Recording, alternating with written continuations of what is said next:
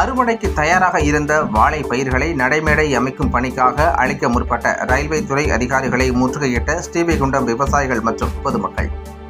தூத்துக்குடி மாவட்டம் ஸ்ரீவைகுண்டம் ரயில் நிலையத்தில் நடைமேடை விரிவாக்க பணிகள் நடைபெற்று வருகிறது. இதன் அருகே சுமார் 5 தலைமுறைகளுக்கு மேலாக விவசாயிகள் வாழை சாகுபடி செய்து வருகின்றனர்.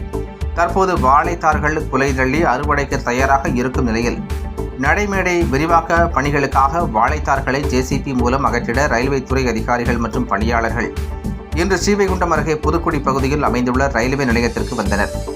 இந்த தகவல் அறிந்த ஸ்ரீவைகுண்டம் மற்றும் புதுக்குடியைச் சேர்ந்த விவசாயிகள் கடும் அதிர்ச்சியடைந்தனர்.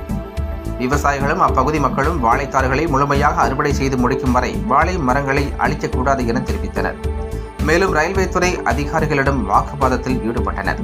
இதனால் அங்கு பெரும் பரபரப்பான சூழ்நிலை ஏற்பட்டது. இந்நிலையில் ரயில்வே போலீசார் மற்றும் ஸ்ரீவைகுண்டம் போலீசார் பாதுகாப்பு பணிகளுக்காக வந்ததால் பரபரப்பான சூழ்நிலை ஏற்பட்டது.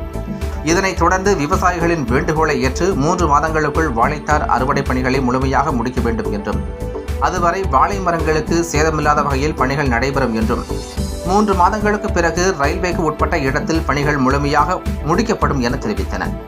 இதனை ஏற்றுக்கொண்ட விவசாயிகளும் பொதுமக்களும் ரயில்வே பணியாளர்களுக்கு நன்றி தெரிவித்து கலைந்து சென்றனர்.